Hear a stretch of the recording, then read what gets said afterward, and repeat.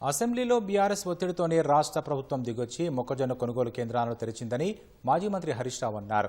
సిద్దిపేట వ్యవసాయ మార్కెట్ యార్డులో మొక్కజొన్న పొద్దుతిరుగుడు కొనుగోలు కేంద్రాలను మాజీ మంత్రి ప్రారంభించారు.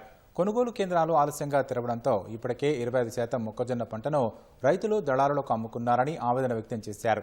2005 కరువులో పశువులను బతికించుకునేందుకు ఆంధ్ర నుంచి గడ్డి తెచ్చుకున్నామన్న హరీష్ రావు ఇవాళ కాళేశ్వరం జిల్లాలలో సిద్దిపేటలో 2 పంటలు పండుతున్నాయని తెలిపారు.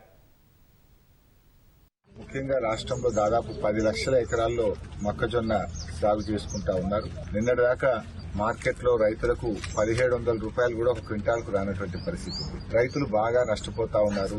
2400 మద్దతు ధర ఉంటే 16-1700కే మక్కలు అమ్ముకుంటా ఉన్నారు. ఈ పరిస్థితుల్లో రైతులు నష్టపోవద్దు, వెంటనే కొనుగోలు కేంద్రాలు స్టార్ట్ చేయాలని మొన్న అసెంబ్లీలో గట్టిగా ఒత్తిడి చేయడం జరిగింది.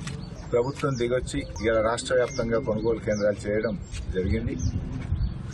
అయితే ఇప్పటికే కొంత ఒక 20-25% మక్కలు వెళ్ళిపోయినాయి, దళారుల చేతిలోకి వెళ్ళిపోయినాయి. ముందే స్టార్ట్ చేసి ఉంటే రైతులందరికీ మేలు జరిగి ఉండేది. సో రైతు సోదరులందరినీ కూడా విజ్ఞప్తి చేస్తా ఉన్నాం, ఈ కొనుగోలు కేంద్రాలను సద్వినియోగం చేసుకోండి, మద్దతు ధర పొందండి అని చెప్పి రైతులకు పిలుపునిస్తా ఉన్నాం.